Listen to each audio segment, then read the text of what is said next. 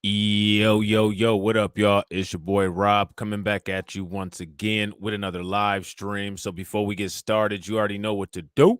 If you're not subscribed to the channel, make sure you hit the bell icon twice. Smash the like button, share this video out to all of your followers, and let's get into it. All right. So shouts out to everybody who's watching. As you guys come in, y'all know what to do. Make sure you guys smash that like button. Make sure that you hit that bell icon if you're not subscribed. And also, please make sure that you share the video out, all right, to your social media. Tell a friend, tell your family. These are things that people should talk about. These are things that people should be aware of.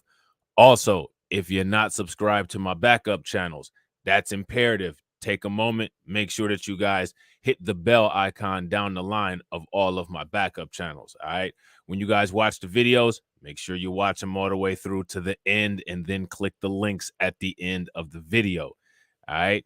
So shouts out to Carla Lockhart, who's in the building early. We got Black Manta in the house. We got Cameron Jones in the building. Shout out to my man Nate G, who Nate G also just joined Patreon. So everybody, please make sure that you guys drop some radiation emoji in the comment section for Nate G for hitting up Patreon.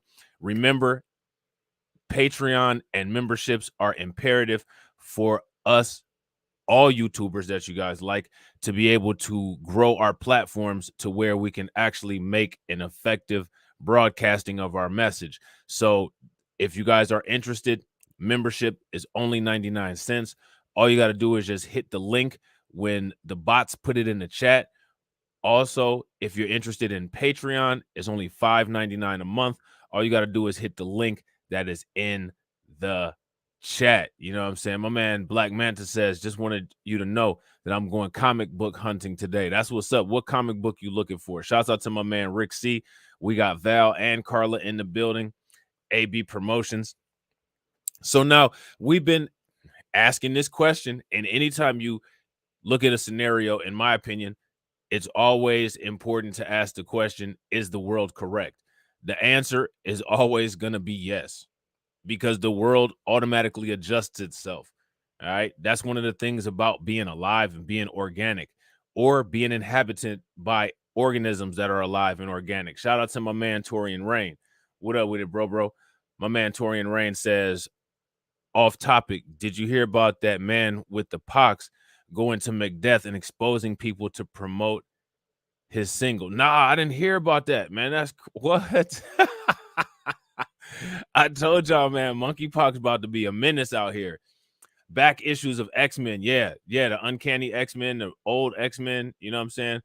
I like the New Mutants, you know what I'm saying? Shout out to my man Cable, you know what I'm saying? So we're going to ask this question, is the world correct? All right. We know that the world is correct, but is Marjorie Taylor Greene? Is Marjorie Taylor Greene correct? I love talking about Marjorie Taylor Greene. You know what I'm saying? I ain't gonna lie. Like, I love talking about Marjorie Taylor Greene because she's one of those kind of people that's so bipolar. You could just roast the fuck out of her 1 minute, but then in the next minute, you're like, you know what? This should actually make some sense. You know what I'm saying? So we're going to get to what she said last. We're going to lead up to it. And how we're going to start? We're going to start right here. How many of you guys are parents? If you're a parent, would you allow your child to get a gender affirming treatment? Well, just in case you're not aware, your child may not need your permission. They might be able to just do it. Wouldn't even be behind your back. They may just be able to do it, depending on what state they're in. What do you guys think about that? Now, here's my question. As a preview to the end of the video, what do you guys think nutcase Marjorie Taylor Greene said about it? Think about that. Parents who refuse gender affirming treatments are castigated as neglectful. So apparently the sentiment is, if you don't get your child gender affirming treatments, you're neglectful. You can feed them, you can give them a place to stay, you can get them in a good school. But if you don't do this, you're neglectful. You guys agree with that? Is that a standard of parenting? Does that make any sense? It's one thing when adults decide to radically alter their bodies to accord with their identified gender, but when these body altering interventions are performed on children, blocking normal puberty, mastectomies on 13-year-olds, that's a different kettle of fish. Treating gender dysmorphic children via body altering interventions should be deemed unethical because, among other concerns, children can't decide these things maturely. We don't know the long term consequences to their health. We don't know how such potentially permanent alterations will impact their well being. And some gender dysphoric children cease identifying as their non biological sex as they reach adulthood. Alas, much of the mainstream medicine supports such interventions, at least when parents consent. But that isn't enough for the transgender lobby. It advocates often its advocates often treat resistance to their agenda as a moral panic in which all dissent must be crushed, perhaps especially when parents seek to protect their gender dysmorphic children from having their normal body functions interfered with or altered medically. So now here's my question. If we allow children to make their own decisions about this particular thing, at what limit do children have a limit on decision making? My question for everybody is this medical surgery or is this cosmetic surgery? Help your boy out with some answers. Furthering the ongoing assault on parental rights in this area, an article just published in the Journal of Medical Ethics advocates treating parents' refusal to allow what proponents call gender affirming medical interventions as an egregious form of neglect that warrants calling in authorities. So you can get CPS filed on you if your kid wakes up one day and they're a boy and says that they want to be a girl and you say, no, you're a boy. That's what an academic journal is recommending.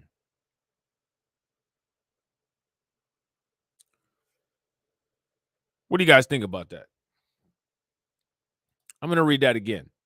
Furthering the ongoing assault on parental rights in this area, an article just published in the Journal of Medical Ethics advocates treating a parent's refusal to allow what proponents call gender affirming medical interventions as an egregious form of neglect that warrants calling in the authorities. Last time I checked, neglect was like when you don't have electricity. Neglect was like if the children don't have, clothes to wear. Neglect is like if they're malnutritioned and don't have any food.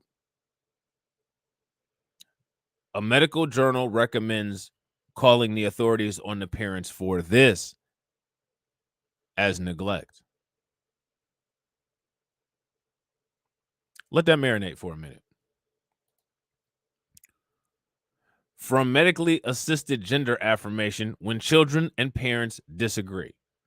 Healthcare professionals have a unique role as providers of gender affirming therapies that improve quality of life, decrease depression, and decrease high risk behaviors. Neglect may be, let me scroll this up here. Neglect may be used in extreme cases, assuming psychological interventions have been diligently pursued to provide pediatric parents with gender affirming treatment. Neglect, as defined by the AAP Committee on Child Abuse and Neglect, is failure to heed obvious signs of serious illness or failure to follow a physician's instructions once medical advice has been sought. Factors contributing to this definition include direct harm to the child with refusal of treatment, net benefits to the child with treatment, and baseline access to health care and medical advice that is not being used.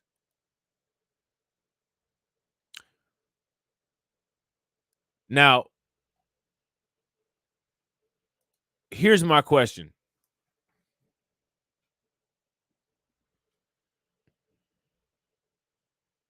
Do you all agree with that? My man Torian says the world may be correct, but it's definitely a madhouse. And I agree, because the world is home to a large population of crazy people. And if the world is a population to a large population of crazy people, the only logical thing to expect is a crazy world with a crazier reality. And ladies and gentlemen, you just stepped in it.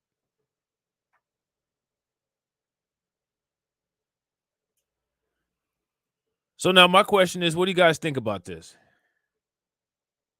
And if you aren't crazy with them, they think you're the sicko. Facts.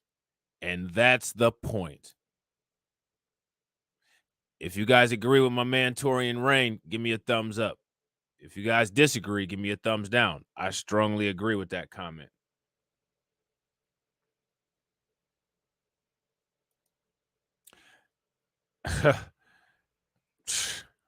Now, here's my question. Tie that into this. Well, if they're mature enough to make a decision about what gender they want to be, then surely they're mature enough to make, quote, other decisions. And then you have somebody like Miranda Galbraith. You see where this is going?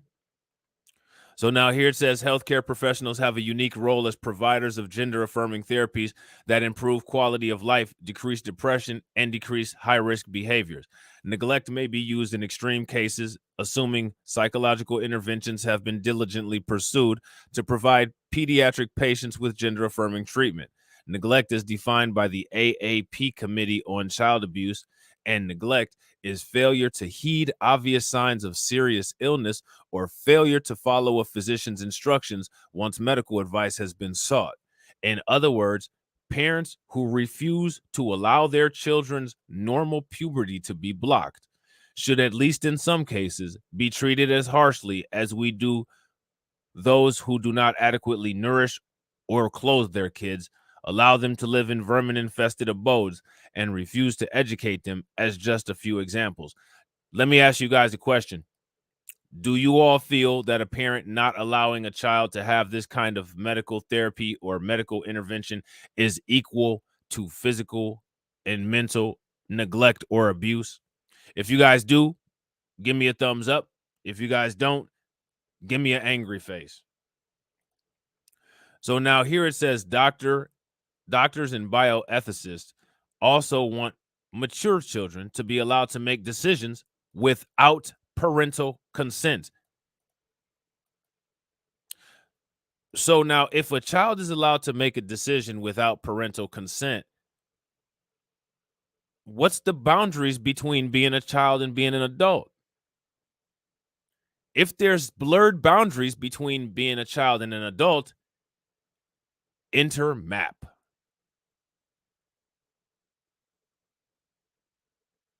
Enter map.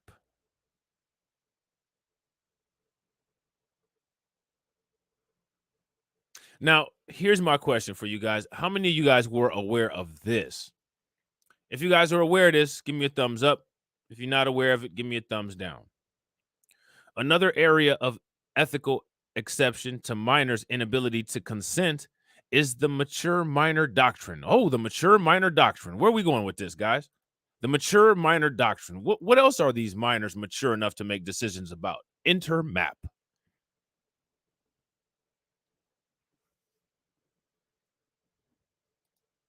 So let your mind wander, because all of the questions that you're probably asking right now are probably channel strike worthy. But if you guys type them into the comment section, not really too much that can be done. So whatever's on your mind, just let your brain vomit it into the comment section and we'll put it up on the screen.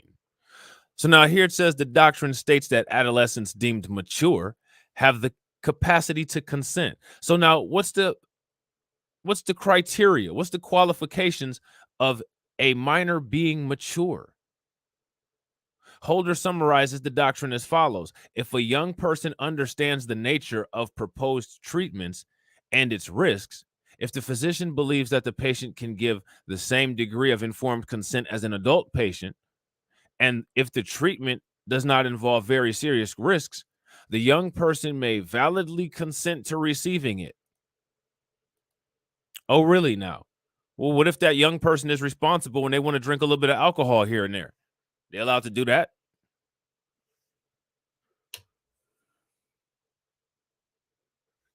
What if they're 12 years old and they exhibit a high aptitude for following instructions? Should they be allowed to drive?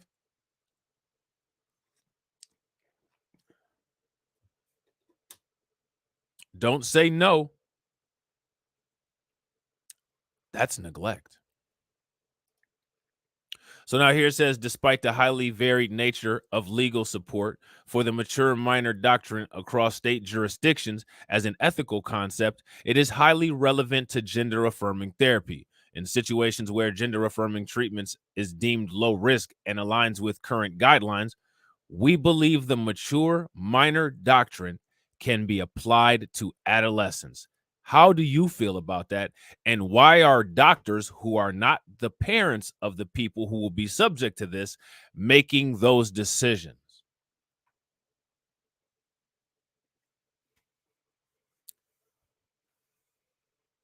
The parent who has the child and has responsibility of a child should be making those decisions. So now, if a child is mature enough to make this kind of decision, at that point, is the parent responsible for the child anymore? If we're saying that the child is responsible enough and has enough mature cognition to make life-changing decisions, at what point does the parent have no responsibility over the child anymore? Because if I let the child get this gender affirming surgery, but then I leave them alone and they burn down the house and then I get in trouble for neglect, how's that work?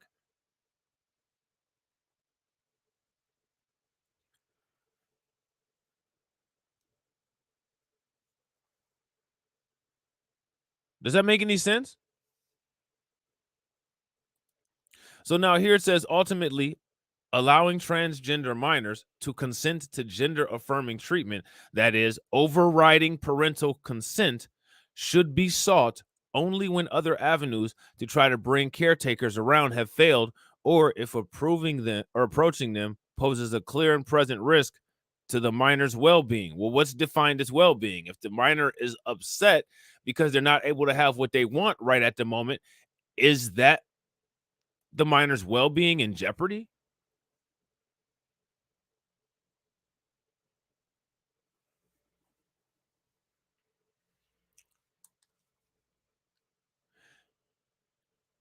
If you live in a state where this is a thing, what's your plan to protect your child? Is my question. Better question. Does the child need protection from this? This is a real life situation. And what matters is if you have kids or not, and how you plan on moving or protecting your kids. So, my question is, what's the plan? Real quick, ladies and gentlemen, we got 13 likes. Shout out to all 23 people that are watching. If everybody can take a moment and smash that like button, we will have 36 likes. So, what I'm confused on is how this works. How does it work, guys? Make it make sense. Consider this. Children, no matter how mature, cannot buy cigarettes or give consent to being tattooed, decisions that will have a far less short term physical impact than gender affirming medical interventions. On the other hand, in some states, they can obtain abortions without parental notification. So, this isn't exactly a new phenomenon. Bottom line, to an increasing degree, the practice of medicine and bioethics are being harnessed to accelerate this. And this article and it is far from being on the fringe is just one example. And when they say it's far from being on the fringe, it's not. As a matter of fact, depending on what state you're in, it's right at your doorstep.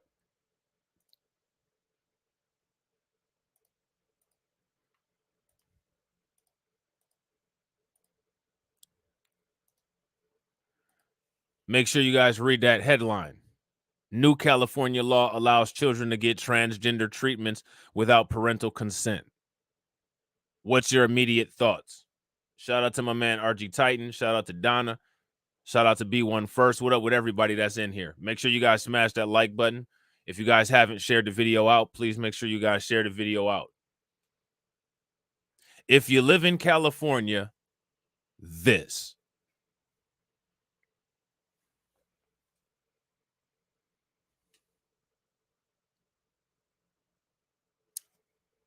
Everybody okay with that? Shout out to my man Mike Mellis John.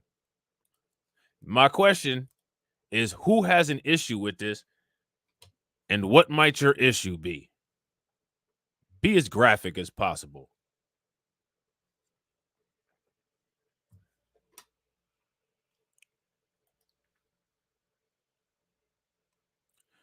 A new law recently passed in California allows children as young as 12 years old to receive taxpayer-funded transgender treatments and services without parental consent.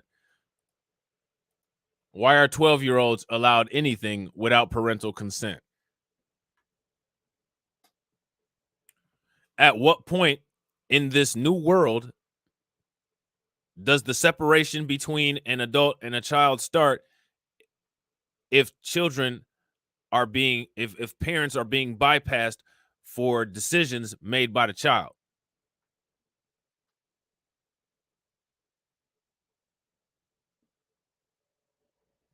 That's my question. That's what I need to answer from you guys about. The controversial California law, known as AB 2119, is intended to provide that the rights of minors and non-minors in foster care, as described above, including the right to be involved in the development of case plan elements related to placement and gender-affirming healthcare with consideration of their gender identity.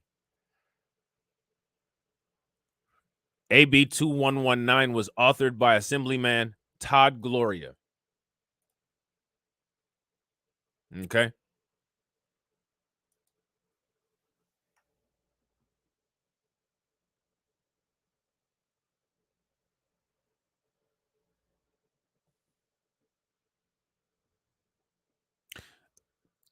What do you guys think? Costs related to the treatments will reportedly be covered by tax-paying Californians based on a provision included in the legislation. All children in foster care, as well as former foster youth up to 26 years of age, are entitled to Medi-Cal coverage without cost share or income resource limits, reads the bill. The Medi-Cal program provides transition-related healthcare services when those services are determined to be medically necessary.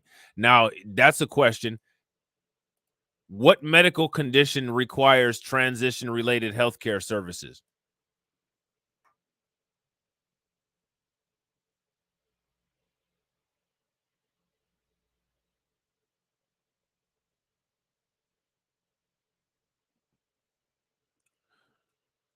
What medically related condition requires transition services?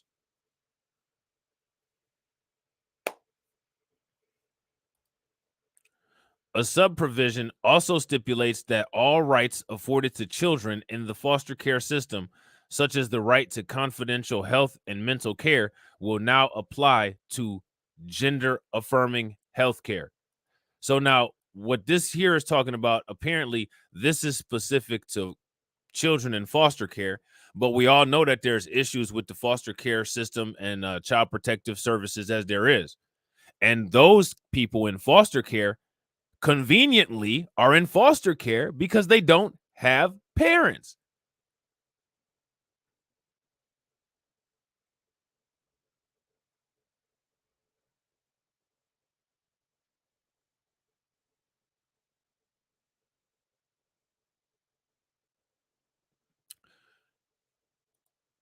foster parents will have no say over whether or not the children in their care obtain these services.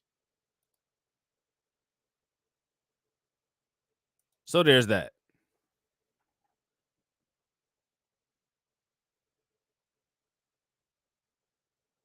Now, if they're doing this to foster parents and foster children, logical question. I think it's a fair question. I'm gonna ask you guys this question. Who's gonna be the next target in the crosshairs?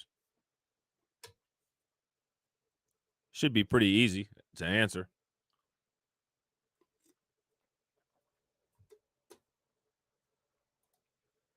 Prior to the passage of the bill, the American College of Pediatricians filed testimony against the legislation, strongly urging California's legislators to reject it. Children with gender dysmorphia believe they are not their biological sex, the March 2018 testimony read. A delusion is a fixed false belief. The bill proposes that foster children with gender dysmorphia be socially affirmed to their delusion and allowed to obtain experimental puberty blockers and dangerous cross-sex hormones and surgery without parental consent. The American College of Pediatricians cited a number of statistics in favor of their position against the bill, including the fact that roughly 88% of gender dysmorphic girls and 98% of gender dysmorphic boys will, if given time, go on to identify with their biological sex by late adolescence. The testimony also detailed a number of dangerous side effects associated with puberty blocking drugs and cross-sex hormones. The side effects allegedly include heart attack, stroke, diabetes, hypertension, and cancer, in addition to the fact that transgender adults are 20 times more likely to commit suicide than those in the general population. Passage of this legislation will allow emotionally disturbed children to consent to dangerous life-altering procedures that will not reduce their risk for suicide in the long term, warned the American College of Pediatricians. This would be a criminal outcome. AB 2119 was signed into law by California Governor Jerry Brown on September 14th.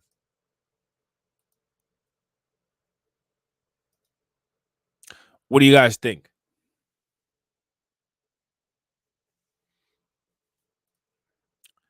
They got all the answers, don't they? That was California. We're going to go north. Washington law now allows teen gender reassignment surgery without parental consent. Anybody notice a pattern?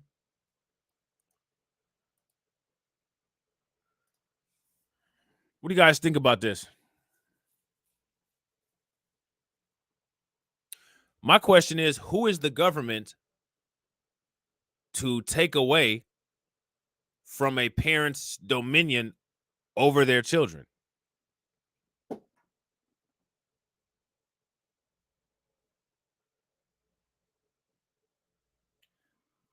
What rights do parents have over their children anymore? That's my question. The government just says, we'll take your guardianship away in this particular situation, and your kids can do whatever they want to, and there's nothing you can do about it. When did the government get that kind of power to do that? So if the government is taking away your authority over your children, my question for you guys is, what else will the government move on taking authority away from? And shout out to Carla and Val for answering the Nightbot. If everybody could answer the questions that the Nightbot puts in, that'd be great. That's my question for you guys. So now here it says Washington State now appears to allow minors to undergo life-changing gender reassignment surgery without parental consent. Under a new law, health insurers must cover gender-affirming care, including surgical treatments that were previously denied coverage. Democrats rejected a proposal to apply the new law to patients over 18 years old. It's one in a series of new laws taken together that allows children as young as 13 years old to make serious healthcare decisions. The consequences are immense. Consequences are immense. Okay. Well, if the consequences are immense, my question for you guys is, what are those consequences? Let me know what you guys think those consequences are. And real quick, ladies and gentlemen, make sure that you guys drop some radiation emoji. Shout out to my man Cameron Jones for helping to support the platform by joining the membership. So please make sure y'all show some love, because members and Patreons are the reason why we get the content that we get. So shout out to my man Cameron Jones. Make sure y'all show him some love. And anybody else that'll be interested in joining the membership, is very easy. All you got to do is just hit the link that the Nightbot puts into the chat, or you can hit the join button. And if you're interested in Patreon, the link for Patreon is in the chat. So let's check this little video out they got here. A new law in Washington State allows castration of teenagers without parental consent. Something that's unimaginable even 18 months ago is now the law. Jason Rance is a Seattle radio host. He's watched this happen. In fact, he broke this story. He joins us tonight. Jason, thanks a lot for digging this up and telling us about it. So give us the outline of this law. Yeah, so it's actually a combination of 3 laws. Right now, if you're as young as 13 years old, you can start the process of gender reassignment and not have to tell your parents. Now, the first law gives 13 to 17-year-olds the right to mental health treatment without parental consent. The second law forces insurance companies to cover gender dysmorphia or so-called gender-affirming care for that same age group, 13 to 17 years old. It also, however, mandates that insurance providers exclusively communicate with the teen patient, not the policyholder, who in this case would be the parent, although they still have to pay for it. But now there's this new law that went into effect 11 days ago that mandates all new health plans have to cover gender-affirming care, including cosmetic surgeries that previously were denied. So now in totality, the treatment for these kids can include everything from puberty blockers to speech therapy, but potentially, obviously, tracheal shaves, so-called top surgery where the breast tissue is removed, and then various genital surgeries. And none of this has to be approved by the parent. But I mean, these are very serious medical operations with lifelong consequences that we can't understand because this is all so new. To cut parents out of the equation is really a profound statement that the state is more powerful than the parents. Absolutely. And this is nothing new. I mean, in the state of Washington,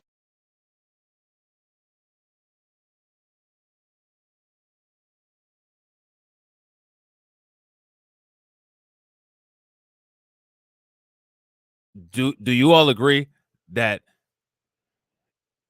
that is taking away from the parents' power, and it's showing that the state has more power? If you guys agree with that, give me a thumbs up. If you guys disagree, give me a thumbs down.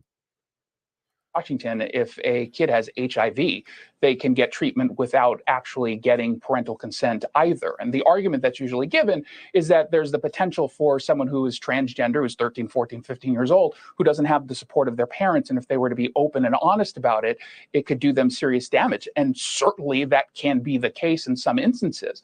But in a lot of these cases, I remember being 13 or 14, 15 years old, you sometimes just feel awkward having conversations with parents, and maybe you just don't want to have that conversation. But rather than taking away an incredibly important part of a child, the support and love of a parent to have the conversation about what they're going through, which I'm very sympathetic towards, they're breaking the families up and they're not really giving them a chance. So now here's my question, right? Because this is one thing that we always tend to ask. When it comes to this kind of legislation, where is this stuff coming from? Is this stuff coming from the federal level, or is this stuff coming from the state level? Where's it coming from? That's right. It's pretty easy to destroy families. They're doing it. They've done it for decades. But do you really want to live with the consequences of that? And we don't, Exactly. but we are. Jason Rantz, appreciate your reporting. Thank you. Thanks, Tucker. Thank you so much for watching the Jason Rantz Show. If you like that video update, make sure you check out my show. All right, so there's that. So now here, it says last year via SB 5889, Washington Democrats forced insurers to cover gender dysmorphia treatment and gender-affirming care for minors between 13 and 17 without parental consent. It mandates that insurers deal directly with the patient without requiring the policyholder's authorization. I mean, how does that even work as far as insurance law goes?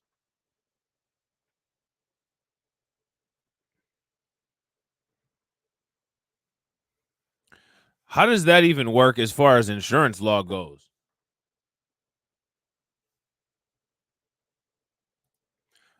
So now here it says it builds on SB 5904, which provides outpatient mental health treatment without parental consent for the same age group. So you see what they did? They used SB 5904 to springboard into that.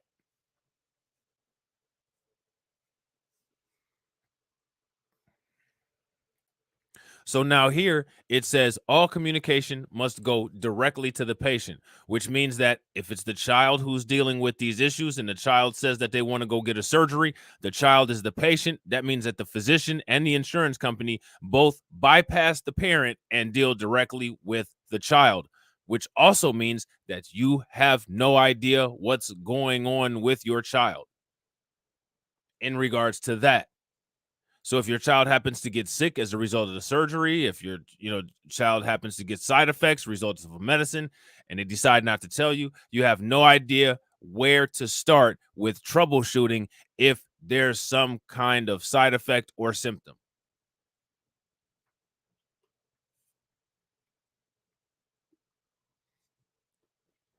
My question is, how is that helping anybody?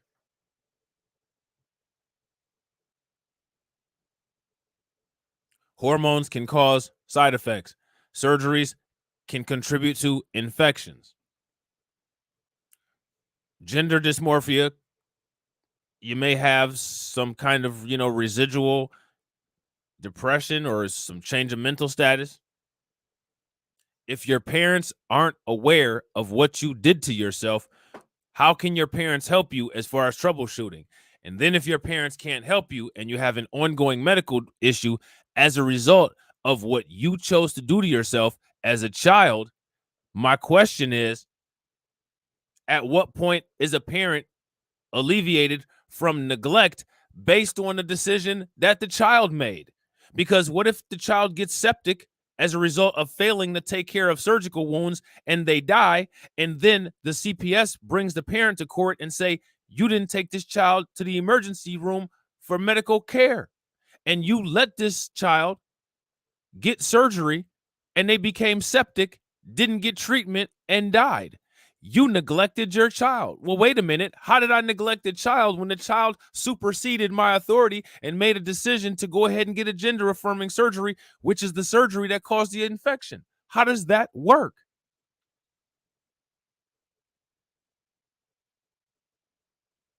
Whose fault is that? Who's liable for that? Who's responsible for that?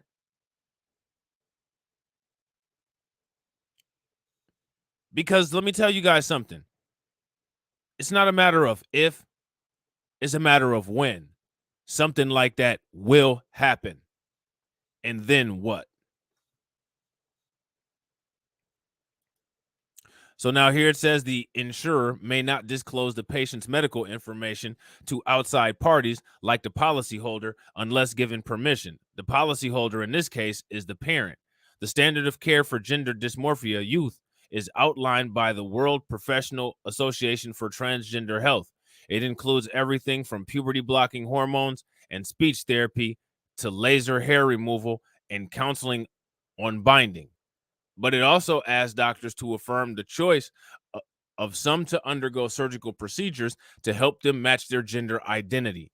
For some transgender patients, WPATH says relief from gender dysmorphia cannot be achieved without modification of their primary or secondary sex characteristics to establish greater congruency with their gender identity. And my question is, what peer-reviewed studies is that claim based on?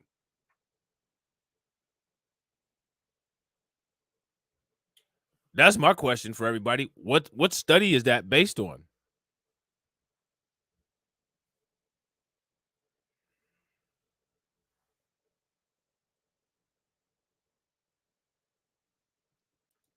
So now here it says mental health professionals should not impose a binary view of gender. They should give ample room for clients to explore different options for gender expression. Hormonal or surgical interventions are appropriate for some adolescents, but not for others, WPATH wrote. The new law is just a minor update to technical terminology on the surface, but it's more than that. SB 5313 bans an insurance provider from categorically rejecting cosmetic gender-affirming treatments when deemed medically necessary by a healthcare provider and when provided or when prescribed to a patient consistent with their gender identity.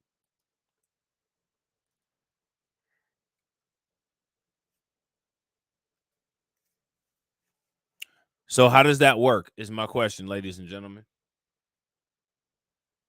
Does that make any sense whatsoever?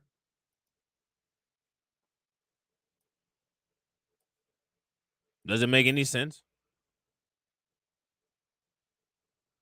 Is it logical? Is everybody okay with relinquishing that degree of control as far as your children go? Real quick, ladies and gentlemen, we got 24 live viewers. Shout out to all 24 live viewers. If everybody smashes that like button, we'll be at 44 likes. So please take a moment. Make sure that you guys smash that like button. Also, if you're not subscribed to the channel, go ahead and make sure that you guys share the video out. And also be sure to spread the word to people that you talk to that enjoy these kind of topics. So now here it says, up until this law, gender reassignment surgery and other procedures like facial reconstruction or laser hair removal were considered cosmetic by health insurance companies. Due to its classification as cosmetic, health insurers did not usually cover the procedures, even when doctors medically recommended them. The bill was signed into law by Governor Jay Inslee in 2021 and went into effect on January 1st of 2022. The bill's sponsor, State Senator Marco Lias, argued at the time of its passage that it was in response to other states banning treatment for minors. He labeled the bans as transphobic. Now, here's my question for you all. Do you feel that these bans are transphobic? Or do you feel that these bans simply should allow the child to wait until they become of age to make consenting decisions, and then the child can make whatever decision they see fit? What do you guys think? So now here it says, I'm proud that our state is sort of standing up to this hysteria sweeping the country of intolerance and hatred of trans people, Leah's told Crosscut. We are going the opposite direction, saying that here people are welcome and then we support them. I don't think this has anything to do with support. But the direction that Leah is going means cutting parents out of the decision-making process, allowing a child to alter their body permanently. How do you all feel about that? What if one of your kids just said, hey, guess what, Mom? I'm going to cut off my right arm and there's nothing you can do about it. I've already made the plans. It's going down and that's just it. Would you be comfortable? Would that be okay? Would you guys take issue with that?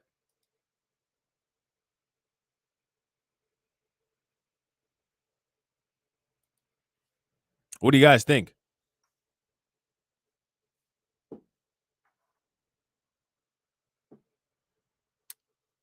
Me personally, it's not something that I'd be very comfortable with. It's also a curious move since Washington law bans minors from using tanning beds. Lawmakers, including Lias, voted for that ban to protect children from the harmful effects of UV rays.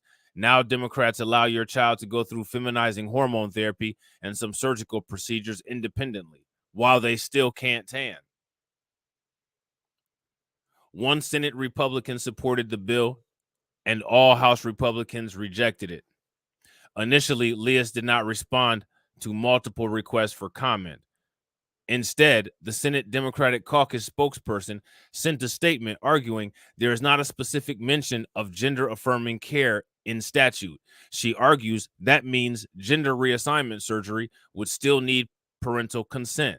But SB 5899 mentions explicitly gender dysmorphia and gender-affirming care, and Lias's bill covers gender-affirming surgical procedures, which would fall under gender-affirming care. When asked to clarify their statement with the language in the bills, the spokesperson did not respond. But at the behest of the Senate Democratic Caucus, Lias finally responded. I asked Lias if he supports gender reassignment surgery for minors, either with or without parental consent. He would not answer directly, but he implied he supports it with or without parental consent. There is not a short or simple answer on what care is appropriate for which individuals. In short, I support the ability of all trans people to access medically necessary care. Medical providers use established standards of care in consultation with patients and their caregivers as appropriate, Lias wrote in an email to the Jason Rantz show on KTTH. He linked the American Academy of Pediatrics with an example of pediatric care guidelines. It does offer guidance to avoid surgeries such as pubertal suppression in children.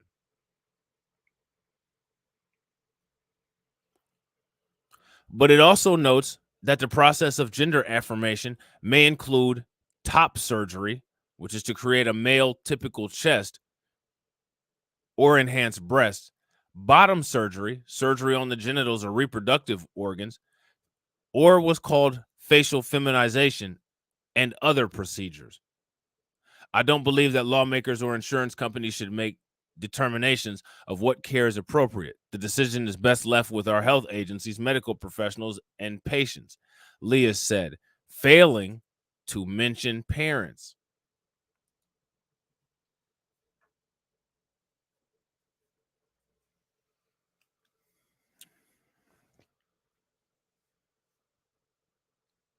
Now, you guys know where you're going to see a lot of this pop up at? Democratic cities.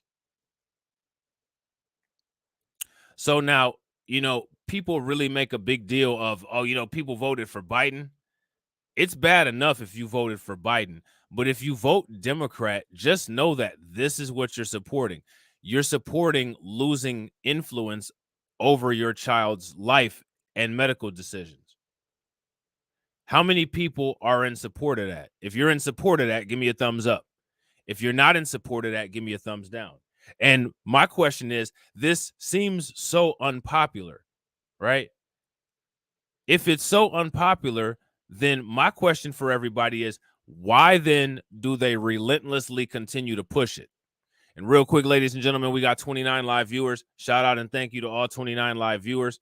We also have 23 likes. If everybody can take a moment and please help the channel out by making sure you smash that like button, we will be at 52 likes. So please make sure you guys smash that like button.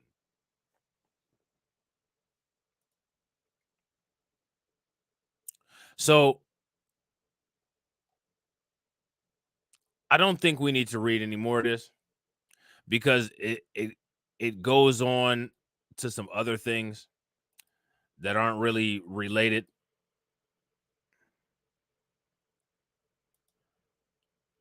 But that was in Washington. That's the second state.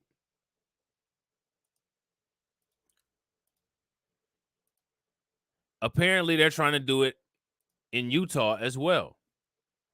But in Utah, it was blocked. You see? Utah Republican Party passes resolution seeking to block gender-affirming treatment for transgender youth. So let's pay attention and see here what went on in Utah.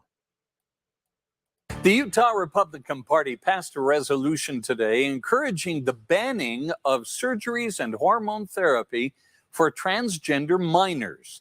Fox 13 News reporter Emily Tenser breaks down what it means and how it impacts minors' health. Utah's young transgender population is yet again the topic among state politicians. The Utah Republican Party passed a resolution calling to block minors from transitioning. We don't let them drink till they're 21. We don't let them get tattoos till they're 18. This should be no different. That's Carson Jorgensen, chairman of the party and sponsor of the resolution. It's titled Protecting Those Most Vulnerable and says the state GOP, quote, supports the banning of affirmation surgeries, hormone therapy, and puberty blocking procedures for the purpose of elective gender transitioning on minors. This is about protecting them. And once they're 18 or once they're 21, by all means, do your thing. The resolution is co-sponsored by some pretty big names, including Senate President J. Stewart Adams and House Speaker Brad Wilson. That's pretty rare, and Jorgensen hopes that their support and this resolution can sway lawmakers for the next legislative session. I think this gives them a clear runway to say, you know what, this is something we need to tackle. This is something we need to look at. This is really an interesting approach to state that likes to think that it champions parents' rights. Jessica Dumar with the Utah Pride Center says access to surgeries and hormones isn't an easy process. You need to have multiple letters from mental health therapists agreeing with this, with the procedures. And then you need to have a medical doctor also in support. She fears minors' mental health will dramatically decline if transitioning isn't a possibility. They're hearing that their thoughts are bad. What do you guys think? I want to run that back right there. Do you all agree with that? In my opinion, this lady is cuckoo for Cocoa Puffs. Sometimes I'm not trying to be funny, not trying to be crude, not trying to be mean, but as a kid, many times you just don't know what's best for you. And that's just how it is.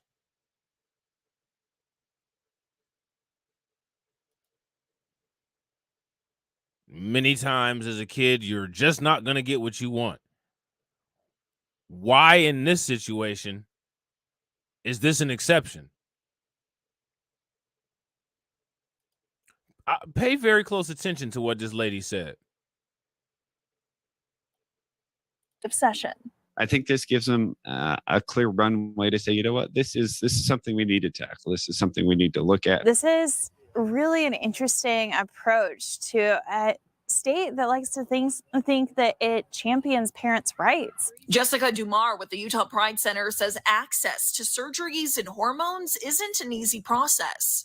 You need to have multiple letters from mental health therapists agreeing with this, with the procedures. And then you need to have a medical doctor also in support. She fears minors' mental health will dramatically decline if transitioning isn't a possibility. They're hearing that their thoughts are bad. They're hearing that if you're having thoughts, be quiet. They're not hearing if you're having thoughts, reach out. If you're having thoughts, get help. If you're having thoughts, that's normal. Reporting in Salt Lake, Emily Tenser, Fox 13 News, Utah. I don't think those kind of thoughts are normal. That's just me.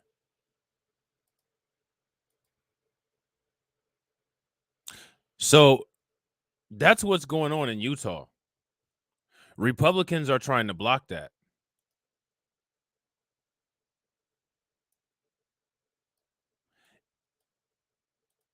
Florida, shout out to my man Tarek, and shout out to DJ Elmo.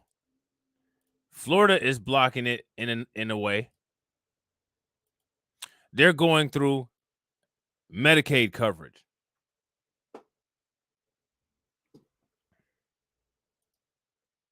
Florida bans Medicaid coverage for transgender health treatments. Revised rule continues efforts by Florida health authorities to discourage gender-affirming care. Is that what it is? They're discouraging it? Or is it that they're trying to maintain parents' control and dominion over their own children so that children aren't out here making life-altering decisions?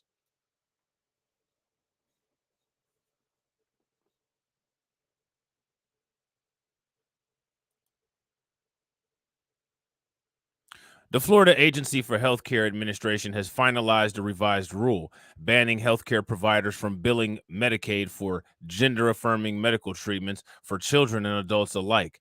The move comes as the state seeks to block transgender youth from accessing hormone therapy, including puberty blockers and surgical care, based on assertions by Florida Surgeon General Joseph Lanapo, an appointee of Republican Governor Ron DeSantis, that such treatments are, quote, experimental and investigational, end quote. And there has not been sufficient research looking at the long-term effects of these treatments. The FAHCA added new language to the rules governing Medicaid, prohibiting government-run insurance programs from covering services for treatment for transgender dysmorphia, or the feeling of discomfort and distress that some transgender people feel when their body doesn't align with their gender identity. The rule also says that such treatments do not meet the definition of medical necessity to qualify for coverage under Medicaid. The revised rule will take effect on August 21st, reports Politico.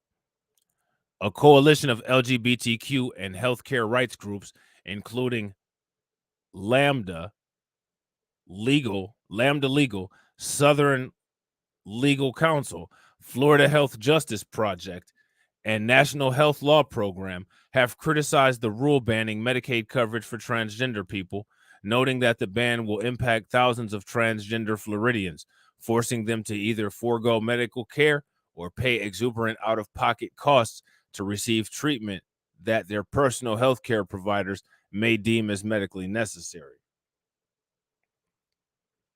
Ignoring thousands of public comments and expert testimony, Florida's AHCA has finalized a rule that will deny Medicaid coverage for all medically necessary gender-affirming care for both youth and adults. The groups said in a joint statement, "This is discriminatory and medically unsound rule that will take place on August 21st of 2022, putting transgender people in jeopardy of losing access to critical gender-affirming healthcare services." The coalition also denounced what it called Florida's cruel effort to strip transgender Floridians on Medicaid of the ability to access essential medically necessary and often life-saving medical care. What do you guys think?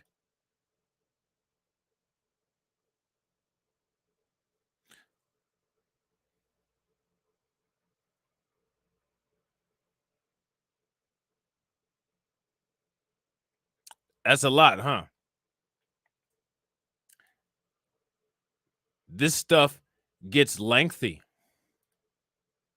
Each of these articles could be an entire stream. So let's just take a look at the hospitals. Shout out to Seduction Dial. What up with the Seduction?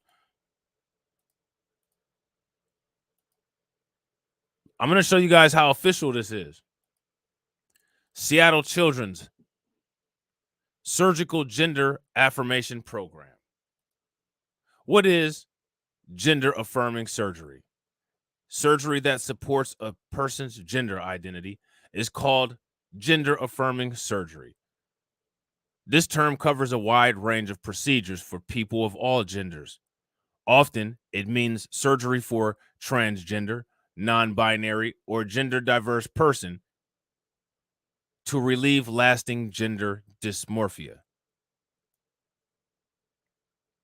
Surgical intervention for dysmorphia. This is a hospital website, and it says that this is a treatment to deal with gender dysmorphia. So what we have is an admission that this is a form of dysmorphia by a healthcare providing organization. I need somebody in the comment section to look up the word dysphoria, Dysphoria, and put it in the comment section. Dysphoria, Phoria. So now my question is dysphoria reality? Once you guys get the definition, let me know. Because in my opinion, that's something important that we need to break down.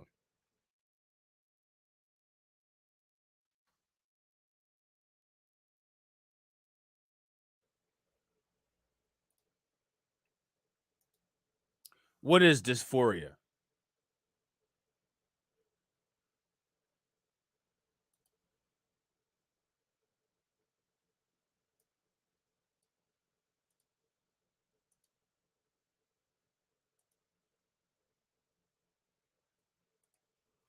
A profound sense of unease or dissatisfaction. Everybody drop some radiation emoji for Nate. Shouts out to Nate. Cameron says a state of unease or generalized dissatisfaction with life. Adolescents with depression, dysmorphia or dysphoria, mania, and anxiety disorders.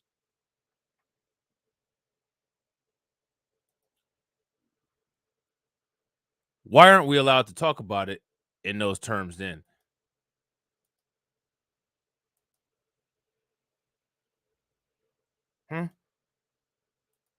If you say that this is this kind of issue, you'll get banned. Here's a definition from Merriam-Webster. Dysphoria. A state of feeling very unhappy, uneasy, or dissatisfied. Does that require medical intervention? If that requires medical intervention, give me a thumbs up. If it doesn't, give me a thumbs down. We can put this conversation to rest right now.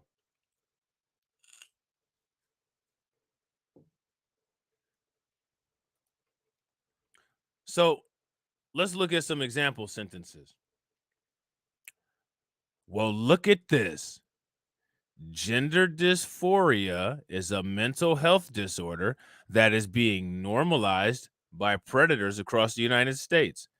This is quoted by Fox News on July 27th of 2022. It's the first sentence that they have right there. Next, his concerned parents are checking him into a treatment center for those with species dysphoria.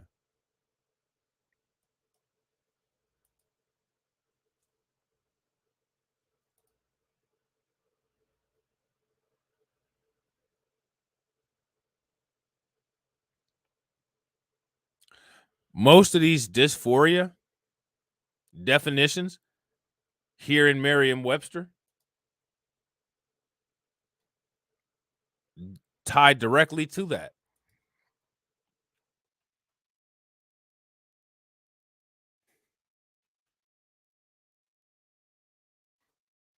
How many people are familiar with the DSM-5?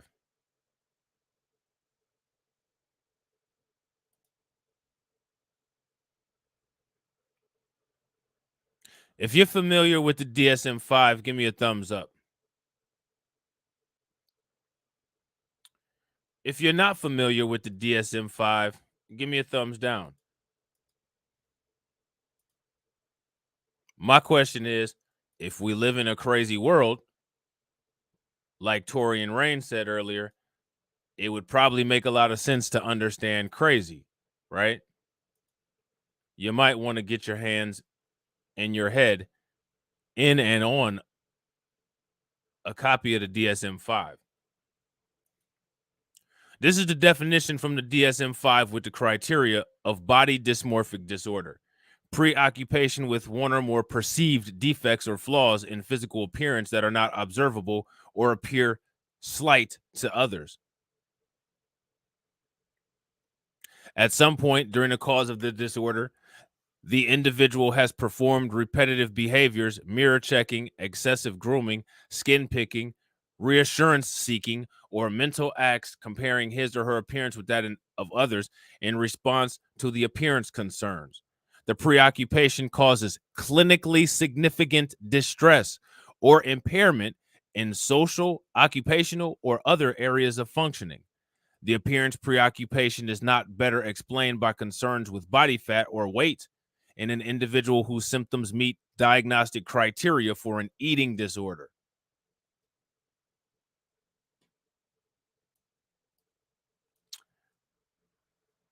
Body dysmorphic disorder.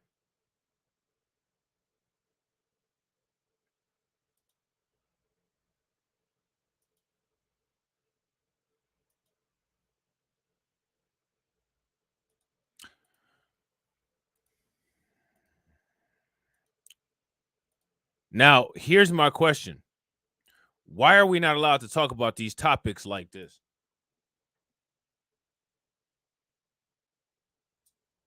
They'll label this stream as transphobic, but as you guys can see, I'm using academic information as well as information directly from a healthcare provider's website.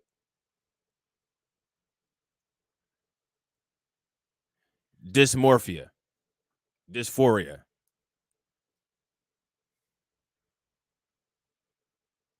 Gender affirming treatment is a medical remedy for lasting gender dysphoria. It says it right here on Seattle Children's Hospital Research Foundation. Plastic surgery. Surgical gender affirmation program. What does affirmation mean? What does the word affirmation mean, ladies and gentlemen? Somebody type it into the comments.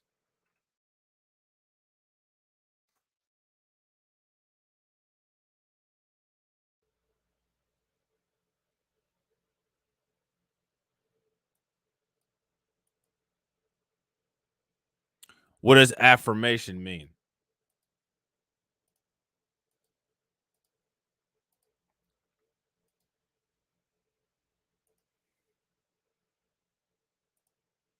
There's your affirmation definition.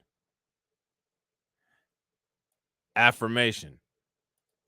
The action or process of affirming something or being affirmed. He nodded in affirmation. Emotional support or encouragement. The lack of one or both parents affirm affirmation leaves some children emotionally crippled. So this is dysphoria affirmation.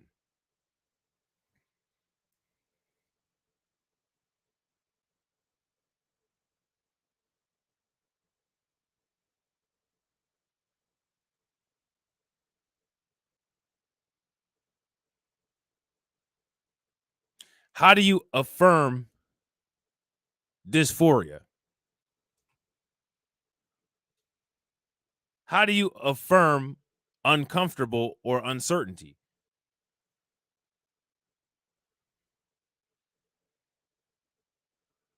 Basically,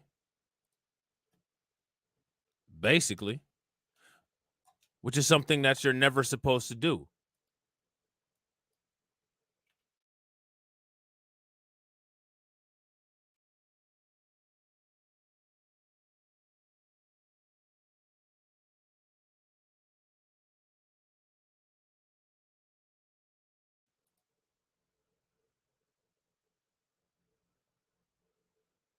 Something that you're never supposed to do. How many people have ever heard of reality orientation? If you've heard of reality orientation, let me know what it is.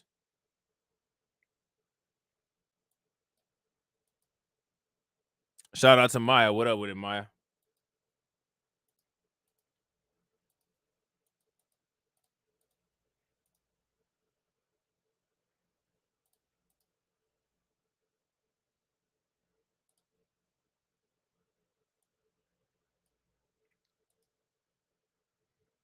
How many people know what reality orientation is?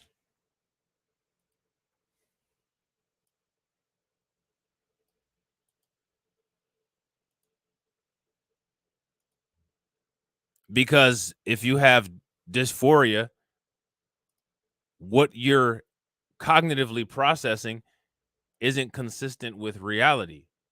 That's the point, right? We just proved that.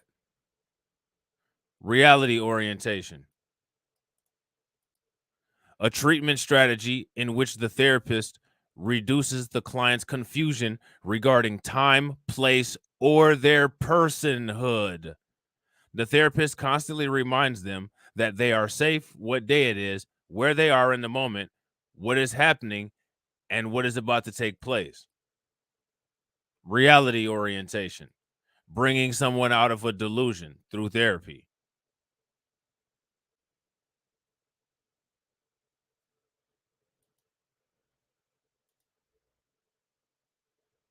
Shout out to my man Keith Weston. What up with it? So now my question to everybody is, how does any of this make sense? How does the treatment make sense? How does the definitions make sense? How does any of it make sense? What doctors, what psychologists, what anybody are recommending surgical intervention for any of this? Do you give somebody a surgical intervention for anorexia? Do you give somebody a surgical intervention for bulimia? Only if they've damaged their esophagus and their intestinal tract from eating or forcing themselves to throw up. Only if they've caused themselves bodily harm or damage is the only time surgical intervention is done in relation to that. But that's secondary to the original problem. So now my question is, what's the difference between any of this and anorexia or bulimia? What is anorexia? What's the definition of anorexia?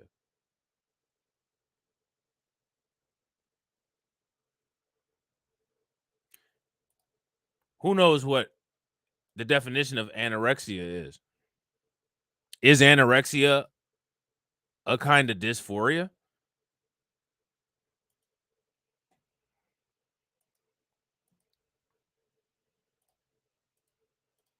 And is anorexia treated in the same way this kind of dysphoria is treated? Anorexia nervosa.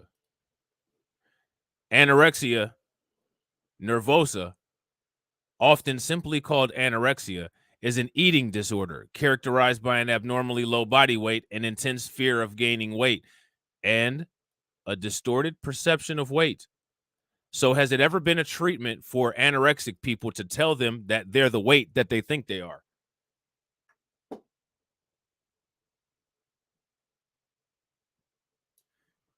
If you see one of the skinny little women who's anorexic, do you say, you know what? You actually do weigh 200 pounds. And then do they get a adipose tissue transplant to add fat to them to make them consistent with what they perceive? Has that ever been a treatment for that?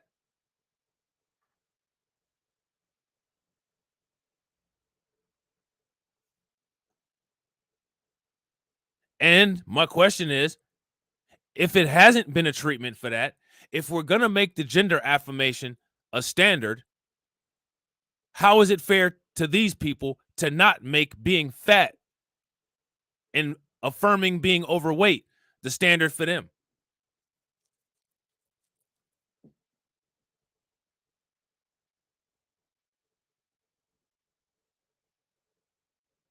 Uh-oh. Make sure you guys are subscribed to my backup channels.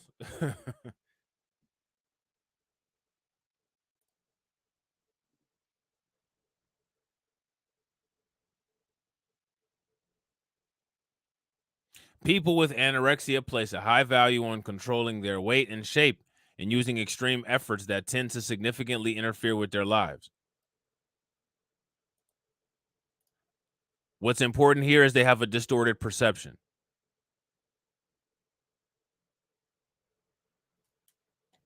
Isn't a distorted perception part of dysphoria?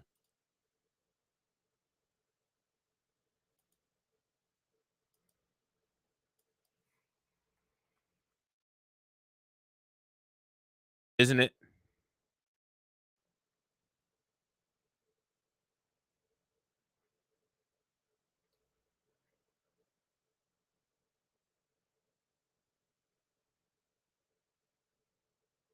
So why is that treated so differently?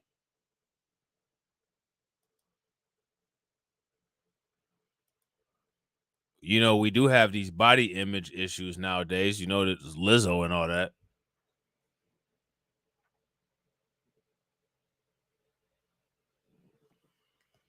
So now, how does this make sense as a course of action is my question.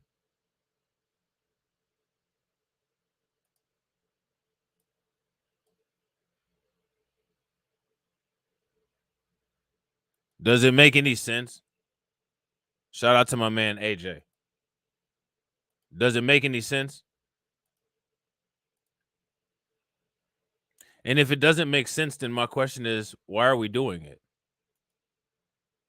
Body dysmorphic disorder, DSM-5, 300.7, F45.22.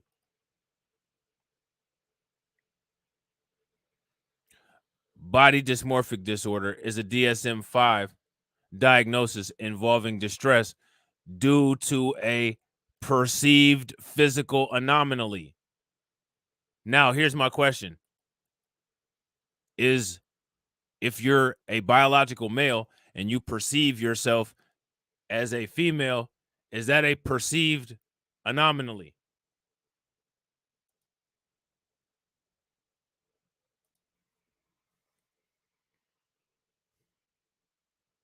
If that's a perceived anomaly, give me a thumbs up. If it's not, give me a thumbs down.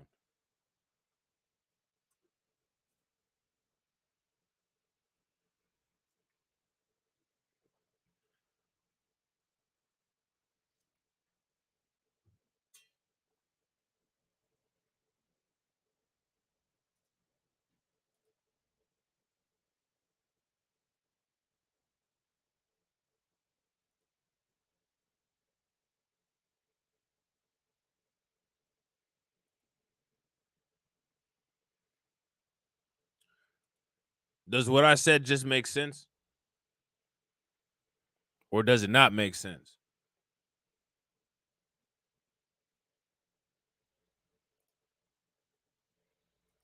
If it makes sense, give me a thumbs up.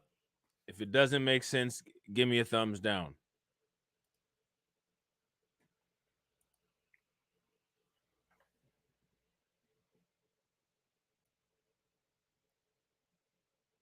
And real quick, ladies and gentlemen, we got 27 live viewers. Shout out to all 27 people watching. If everybody smashes that like button, we'll have 60 likes. So please make sure you guys help your boy out by smashing that like button so we can get to those 60 likes. Remember, we got that goal of 100.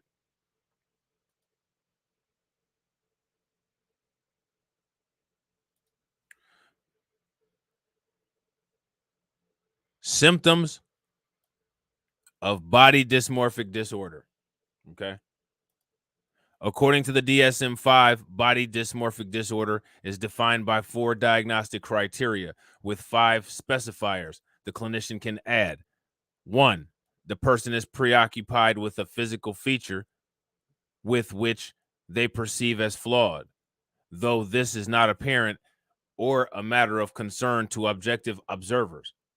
There is a history of repetitive behavioral component focused on the perceived physical anomaly, such as obsessively examining oneself in the mirror or grooming to hide or fix the perceived flaw or seeking reassurance from others about their appearance without satisfaction. Specifiers can include body dysmorphia, obsession regarding musculature, in which an individual believes they are lacking the desired muscle mass or definition. This specifier can include a fixation on specific muscle or muscle groups. The other 3 specifiers define the degree of insight the person has, good or fair. The individual will respond favorably to reassurance for a period of time or be distractible from their preoccupation.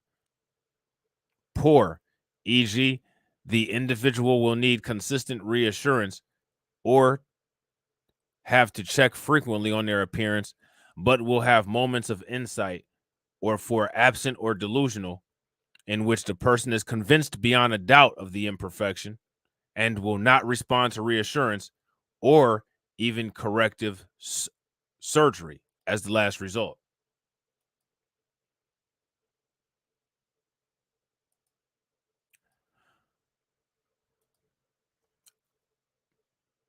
My question is, why are we doing things that we're doing?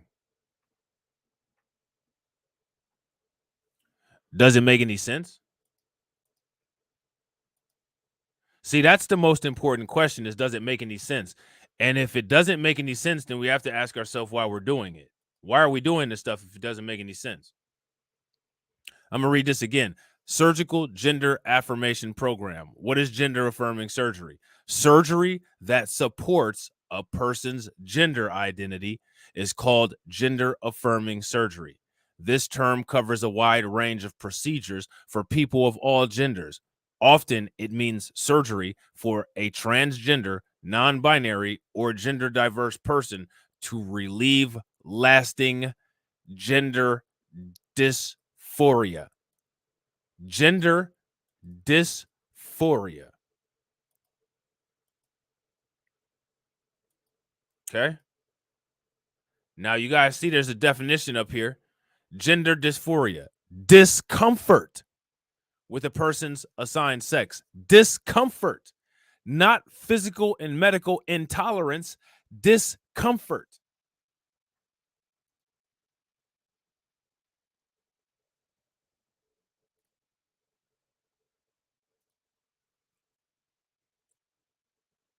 Discomfort with expected roles of their assigned by DNA, gender, or their body.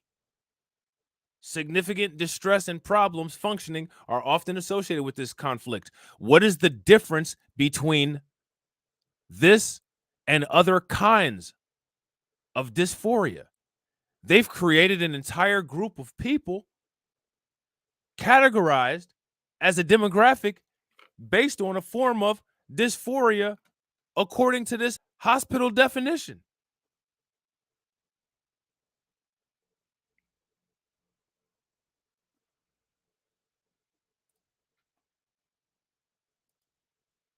Anytime anybody has any questions about any of this stuff, I encourage you guys, use the videos that I make as evidence.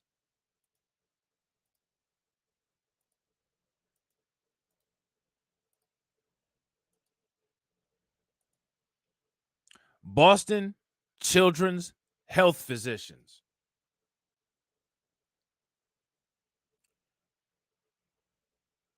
What is gender affirming care?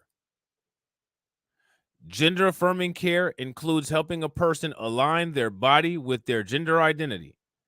There's not one or a correct way to do this. So then if there's not one way or a correct way to do this, then why the emphasis on surgery? This is coming from Boston Children's Health Physicians. These are doctors saying that there's not one correct way to do this.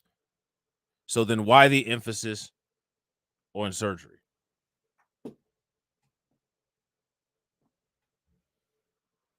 Why?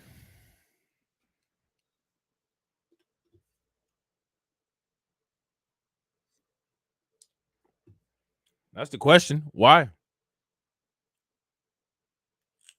Let me ask you guys something. If you pissed me off and I decided to stab you,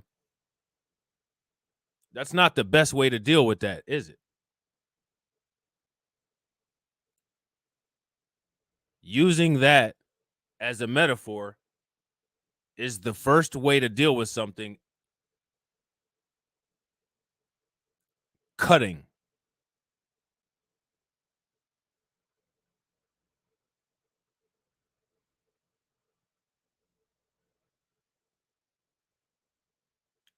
In most cases, cutting works best when used on coupons.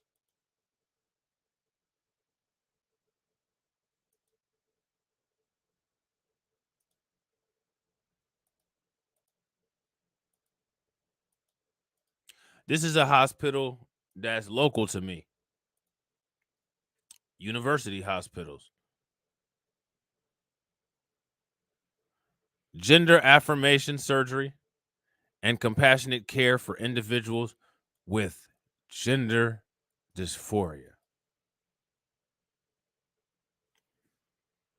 Gender dysphoria is a medical term used to describe a condition in which a person's gender identity, an internal and innate sense of oneself of being male or female, is incompatible with the external sexual characteristics present at birth. External sexual characteristics present at birth. That's a fancy way of saying reality.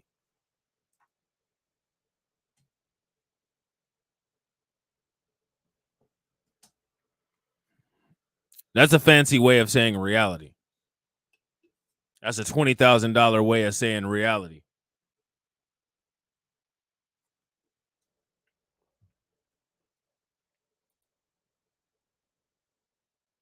So we just went through all of these definitions.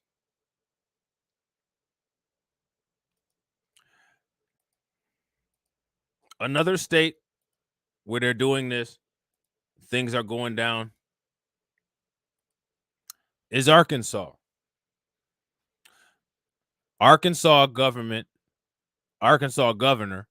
vetoes bill that would deny transgender children gender affirming medical care.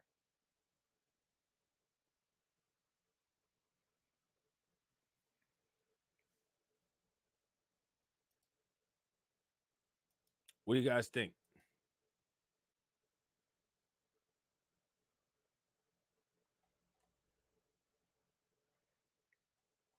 How you guys feel about that?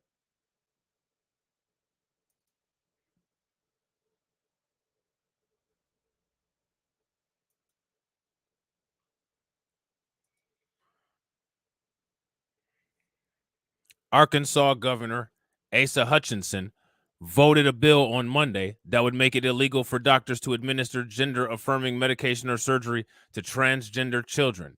HB 1570, which is called the Save Adolescents from Experimentation, also known as SAFE Act, is a piece of legislation proposed by Representative Robin Lundstrom and Senator Alan Clark. I was told this week that the nation is looking at Arkansas because I have on my desk another bill passed by the General Assembly that is a product of the, quote, cultural war in America. This now, what's important is this, quote, cultural war, because you have to understand that we have to bring race into it.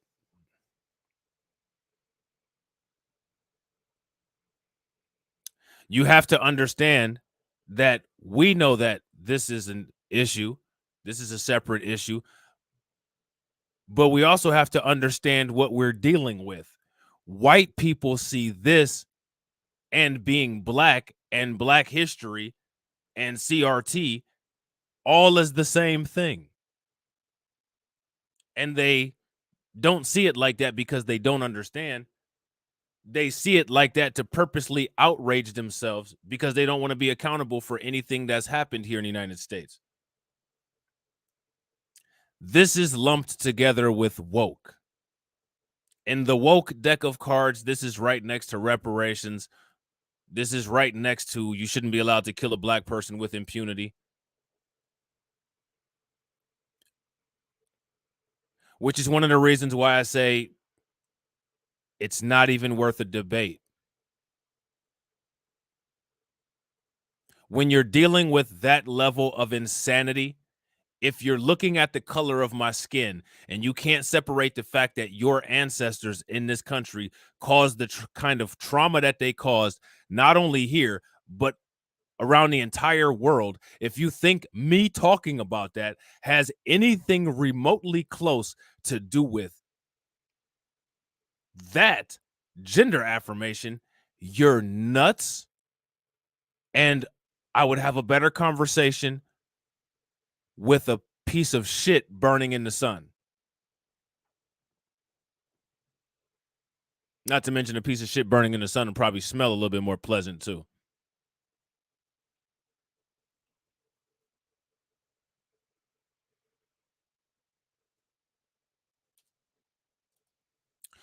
So now they are lumping this in with the culture war.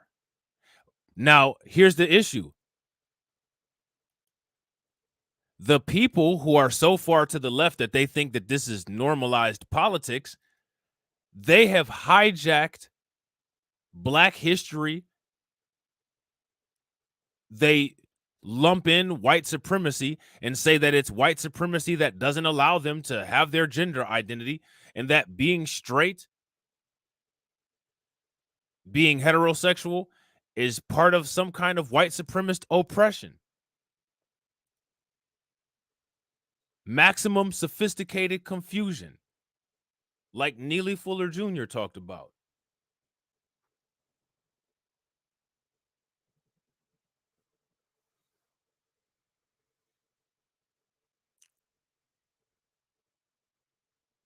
That's one of the reasons why it's so now, as far as hip hop and all that shit, I don't care about all that shit. As far as I'm concerned, if go ahead and take hip hop, whatever. This is the part of culture, in my opinion, that people need to safeguard, because this is the part of culture that's getting for real misconstrued and for real weaponized.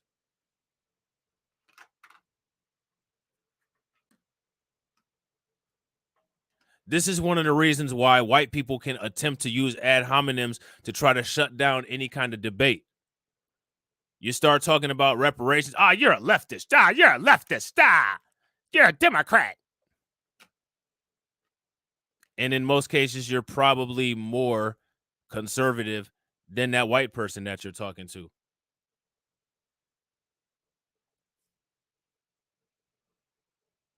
Politically. I'm not saying anybody's a black conservative. I'm talking about specifically ideologically, not party affiliation. In today's world is so insane that if you have common sense, you'll get called a far-right extremist. I'm not far-right at all. At all. If anything, I'm probably more on the liberal side. But because of my stance on issues like this, I'm black identity extremist, chauvinist, sexist, misogynist, racist. The new term that outraged white people have come up with, black supremacist. I've been called that in the chat.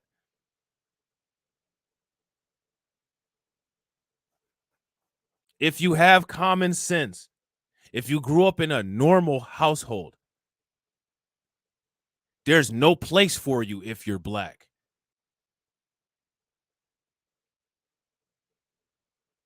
That's the reality. Conservatives make sense on a lot of issues,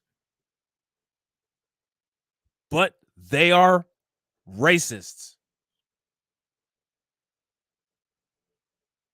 And I don't care if we like the same flavor of ice cream. I can't sit with you if you're a racist. I'll find a reason to have an issue with you.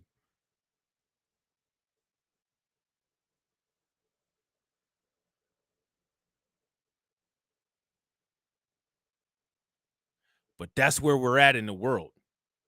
There's no place for you. So one thing that they talked about a long time ago, people like Dr. Claude Anderson, is being economically locked out, politically locked out by numbers. We're also ideologically locked out because the Democrats and liberals have stolen our history, utilizing it to push party agendas in their war with the conservatives, which is an opportunity for conservatives to utilize those things to exert their anti-black racism and fight their war against liberals as well.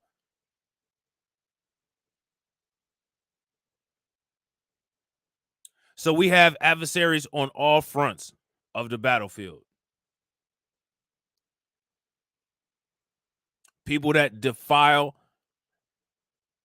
and weaponize and misconstrue and manipulate our history for their own selfish political degenerate gains. And then those who have a beef with that existing faction of the United States and their ongoing legacy of anti-black hysteria and racism. The Republicans, conservatives, Confederates. Adosos. Where does that leave you at?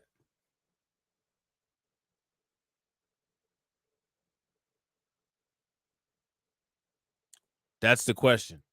That's what people need to think about.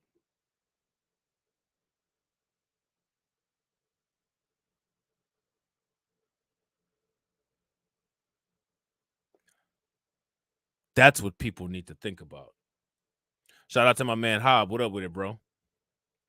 So now here it says,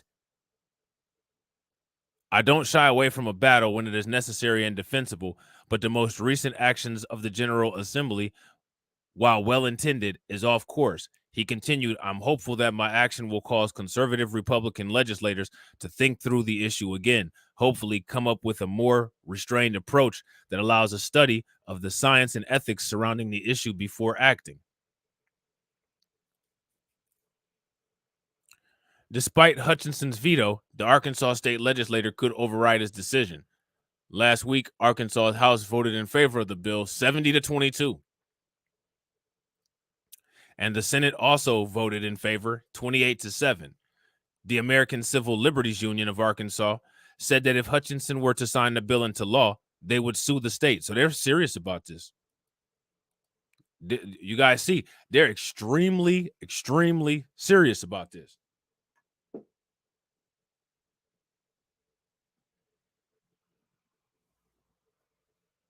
So this is where we're at.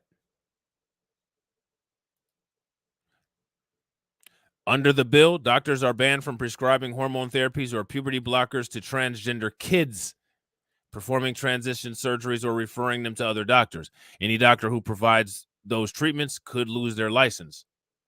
The bill also bans state-owned facilities from performing such treatments, restricts public funds from going to organizations that offer them, and stops Kansas Medicaid from covering any gender-affirming medications and procedures. Okay? So now, you guys get the gist of this, right? For the most part, all they do is just copy and paste and pass it around from their respective state to state. That's why if you read one Democrat's party platform, you read them all.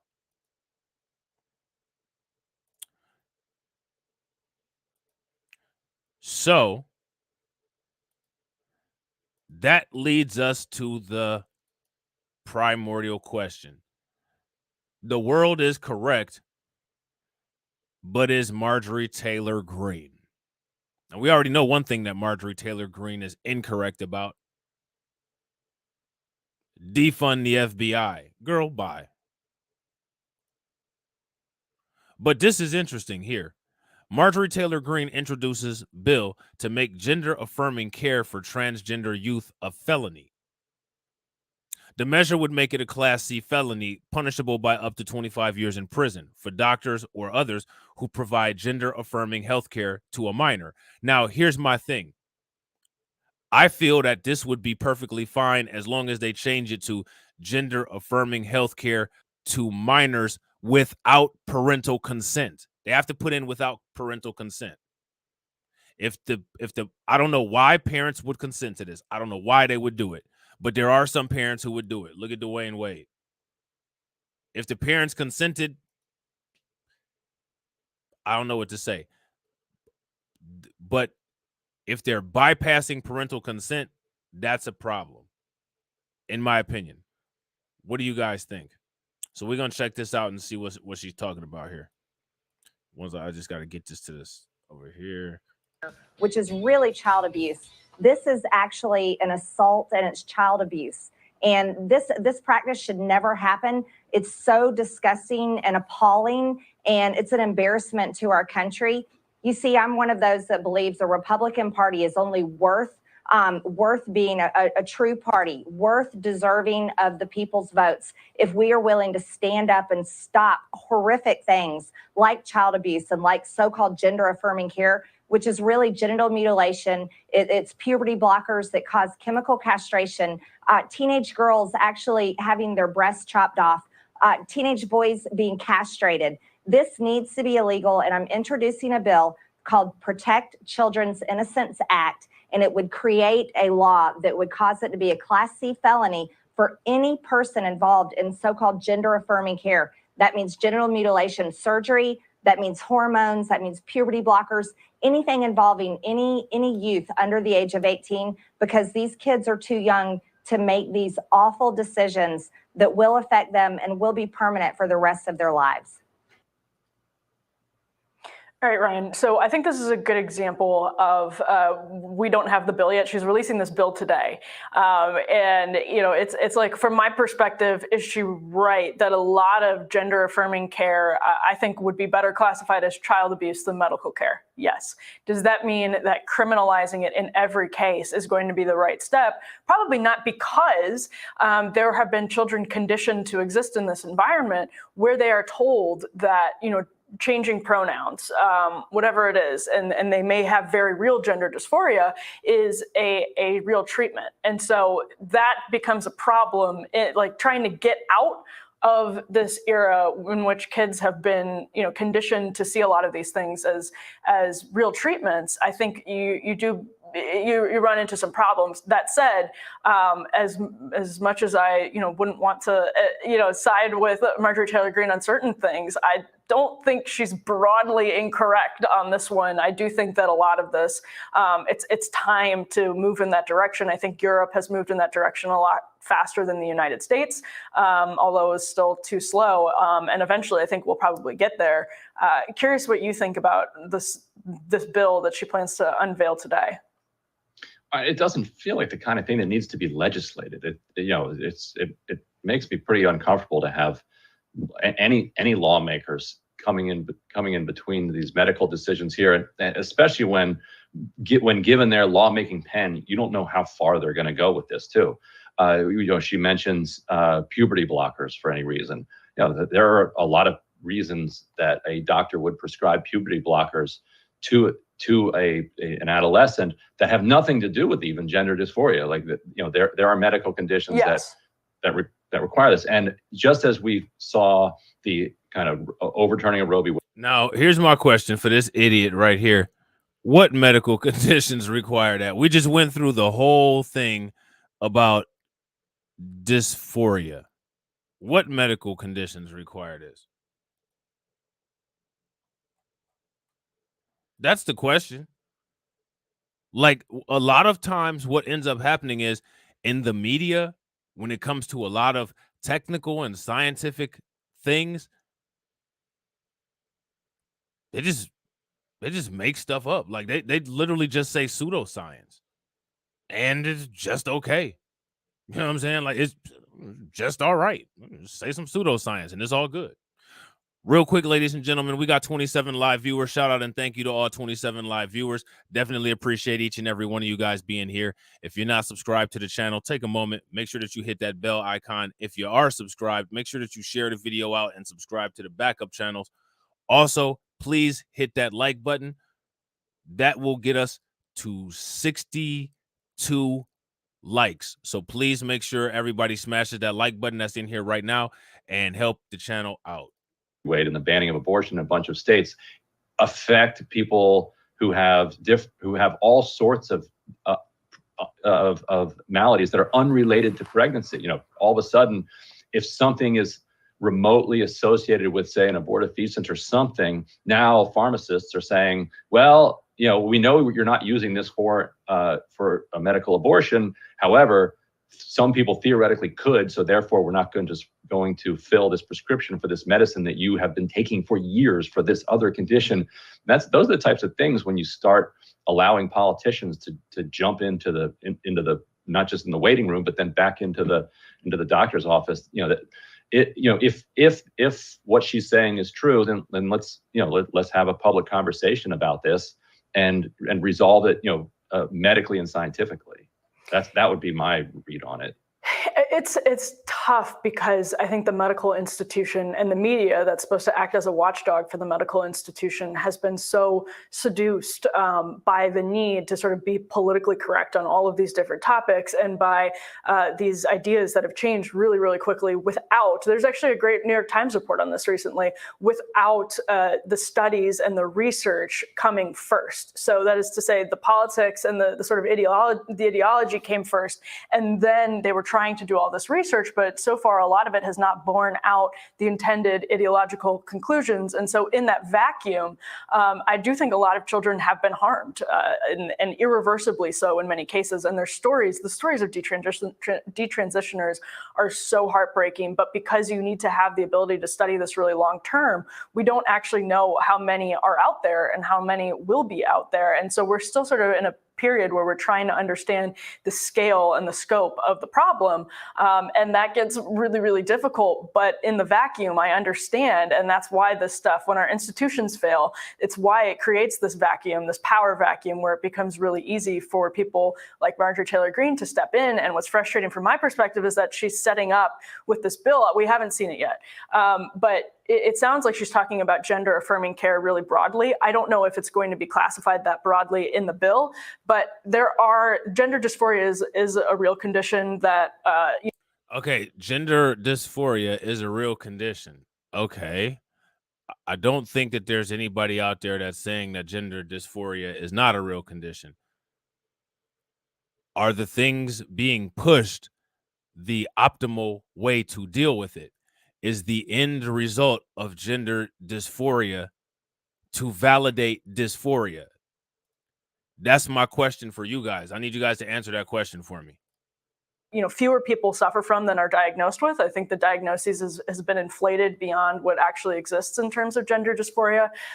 But there may be physicians that, because people who very much do have gender dysphoria have been taught that they do need to be protected by pronouns, whatever, that is, happening, and it shouldn't be criminalized. So I don't know that it's a situation where any Republican who doesn't co-sponsor this bill, which maybe doesn't have exceptions for the very real medical uses of puberty blockers, I don't know if it should be that litmus test, right, for the Republican parties. Now, for the Republican Party. Now, what is a woman? That should absolutely be a litmus test for the Republican Party. We should be able to have clear scientific biological definitions of what a man and a woman is, and those should inform our political decisions to the extent that politics should have any involvement in these questions. Humanity and other organisms on the planet have been reproducing naturally ever since the first metabolism was processed. It's 2022, and humanity is struggling to define the line between male and female, man and woman. My question for you guys is, what is the future of humanity if such basic understandings at the alleged height of technology and science are gone? What is the next step for humanity? But I don't know that I necessarily am confident this bill is going to itself be the perfect litmus test as much as it's a public relations stand. You mentioned that Europe is moving faster on this than the United States. I haven't followed this as closely as some others. Do you have a sense for why it is that Europe is moving on this? I don't know. There's been some good reporting to this extent. Actually, the New York Times story that I referenced is focused heavily on some of the gender clinics in Europe. Britain or the UK just closed one of their main gender clinic. And I don't know exactly why it's moved faster. It seems to me that they're sort of feminist left. Those battles, for whatever reason, started happening between what they will derisively refer to as TERFs and the kind of pro-trans feminist wing of the party, not of the party, of the. How can you be a feminist and pro-ambiguous gender? Does that make any sense? Like, how can you be pro-female and pro-ambiguous gender at the same time? Does that make any sense? If that makes sense, give me a thumbs up. If it doesn't make any sense, give me a thumbs down.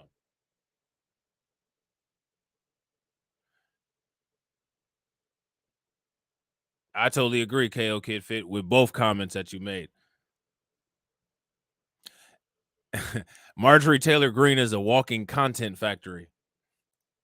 Of that group. I think those clashes started happening earlier, and I think the so-called TERFs, were able to consolidate support and maybe a little bit more influence earlier than they have here.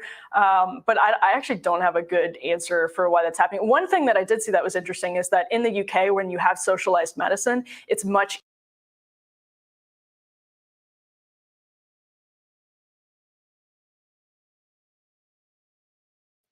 James is onto something, and it's something that I've talked about before.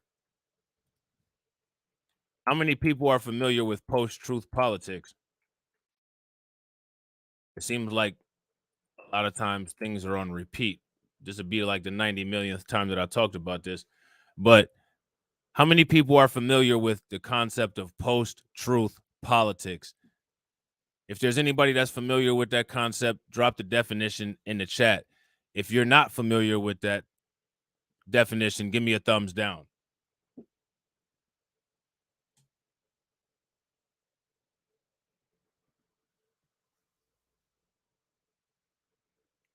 Post-truth politics.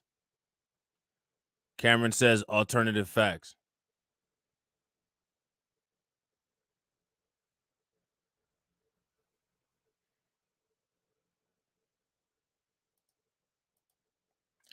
Anybody that's alive nowadays until you die, you should pay very close attention to the world as you see it in terms of post-truth, because that's the era that we're living in. Post-truth politics, also called post-factual politics and post-reality politics. You know what post means? After reality, because we're no longer in reality. Is a political culture where true, false, honesty, and lying have become a focal concern of public life and are viewed by popular commentators and academic researchers alike as having an important causal role in how politics operates at a particular point in history, especially influenced by new communication and media technologies. Oxford Dictionary declared that its international word of the year in 2016 was post-truth, citing a 20-fold increase in usage compared to 2015, and noted that it was commonly associated with the noun post-truth politics. Popularized as a term in the news media and the dictionary definition, post-truth has developed from a shorthand label for the abundance and influence of misleading or false political truth, claims into a concept empirically studied and theorized by academic research.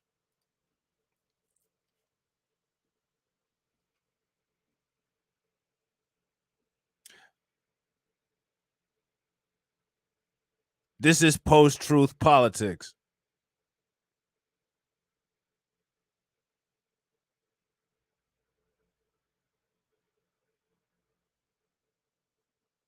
Nothing has to be true anymore.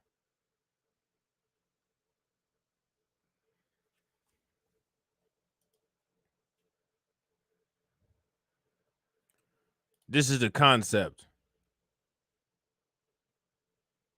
Post-truth politics is a subset of the broader term post-truth, whose use precedes the recent focus on political events. While the Oxford Dictionary's influentially named post-truth its 2016 word of the year, current academic development of post-truth as a concept does not entirely reflect their original emphasis on circumstances where appeals to objective facts fail to influence as much as appeals to emotion and personal belief.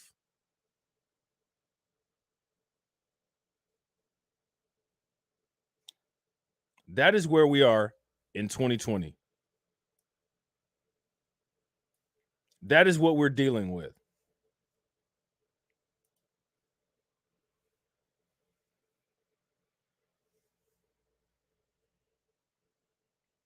Nothing matters anymore.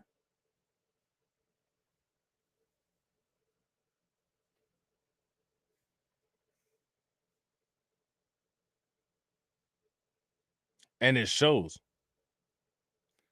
You can tell.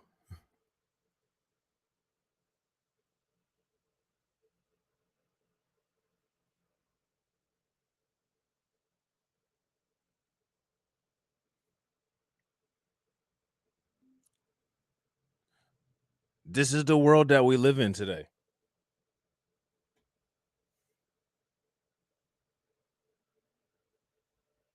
The post-truth era.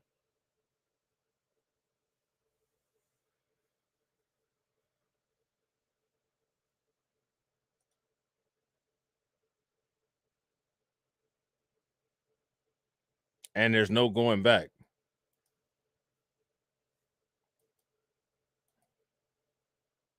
It only gets worse from here.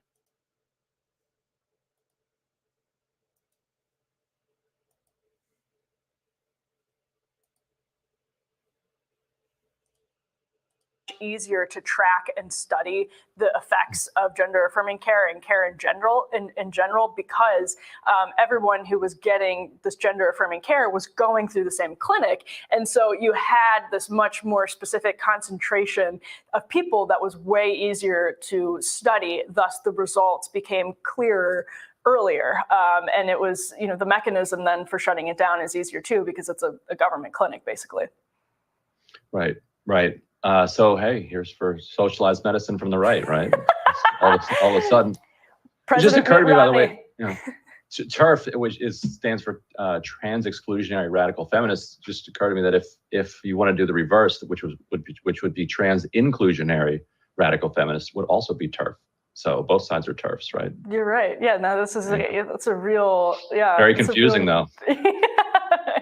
Well, we will eagerly await the rollout of Marjorie Taylor Greene's bill, and we'll, obviously continue to follow this issue. But, it's one that people have to recognize. That's what's tough about it. Like a lot of this care, I think, has been really destructive, and we probably disagree on that. But I think a lot of it has been really, really bad and tragic. But a lot of there are people with gender dysphoria, and in the rush to sort of correct, we don't want to hurt people who are legitimately already suffering. They've already hurt the world enough. It's damn near beyond repair.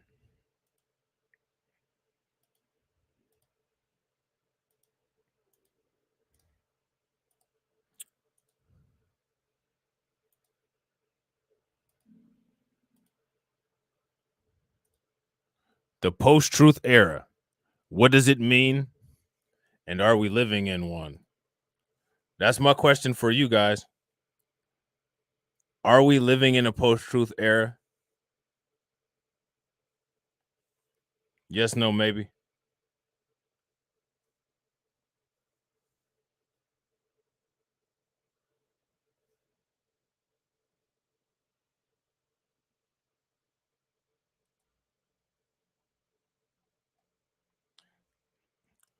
If you have read a political article written in the past, let's say 4 years, you probably heard the term post-truth or post-truth era thrown around. So what does this rather ominous term mean? Are we doomed as a society? Does objective truth still exist? Or are we at the whim of our own personal feelings and belief on important topics?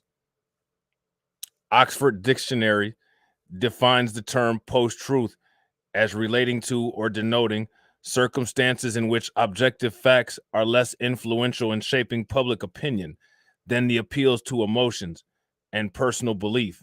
In short, people can believe whatever they want to believe as long as it feels right.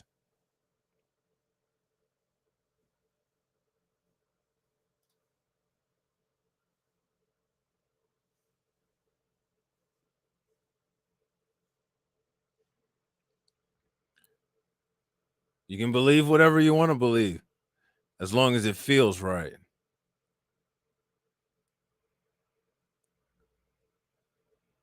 That kind of answers a lot of questions, doesn't it?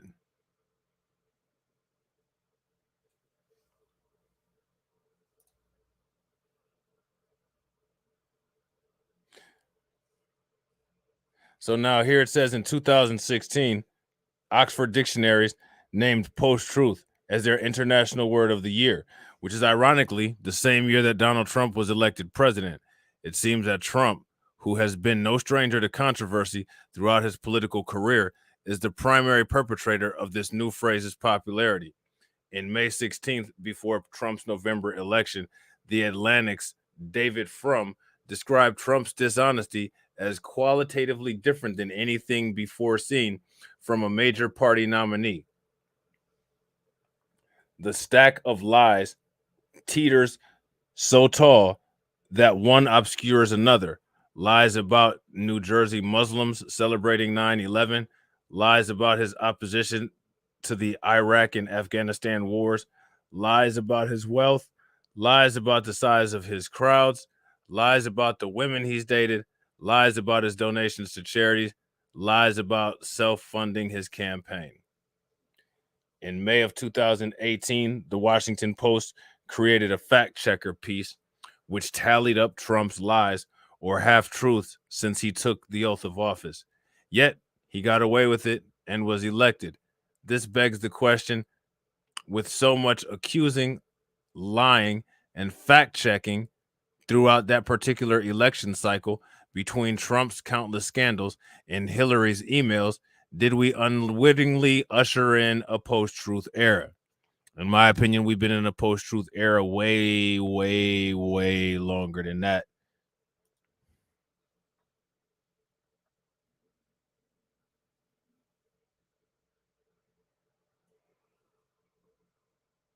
Way, way longer than that. In reference to choosing the term post-truth as word of the year, Oxford Dictionary president Casper Grathwohl stated, "It's not surprising that our choice reflects a year dominated by highly charged political and social discourse, fueled by the rise of social media as a news source and growing distrust of facts offered up by the establishment. Post-truth as a concept has been finding its linguistic footing for some time. No one believes anything anymore unless they read it on Twitter or their favorite celebrity posted about it. There's a mounting distrust for the government and big media, and rightfully so. Our president, the so-called leader of the free world, has been caught in countless lies and half-truths. We question him and the elected officials who we choose to run our country. Everything is speculation and nothing is fact. Sounds a lot like a post-truth era to me. I mean, look at C-19. Everything is C-19 disinformation until it isn't.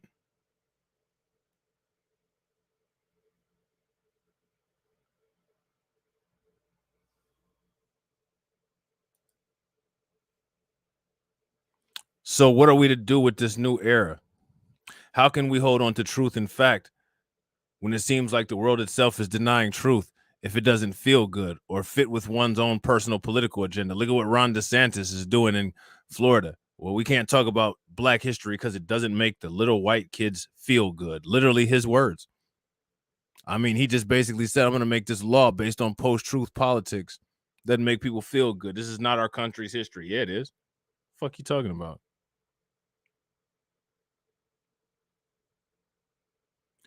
We need to get comfortable with the reality of America's new political state. We cannot largely trust the things said by our elected officials because they have proven to be untrustworthy. And this isn't a political statement directed at either Republicans or Democrats, but rather a simple fact of the state of America today. If we live in the post-truth era, we need to become our own fact checkers and make it our mission to be led by more than just feelings, but rather by a pursuit of truth, and in some people's case, a pursuit of empowerment. Somehow having a wealth of information at our fingertips has made it more difficult than ever to be certain about anything. In an era of lies and delusions, let us all strive to be the exception to the post-truth era.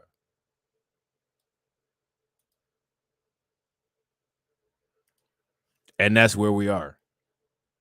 So, in stepping outside of the post-truth era, we all know that the world is correct. But the question is Marjorie Taylor Greene? Let your boy know in the comments. So with that being said, ladies and gentlemen, make sure that you guys smash that like button. Make sure you hit the bell icon twice. I hope you guys enjoyed the stream, and I will catch you all on the next one. All right? Peace.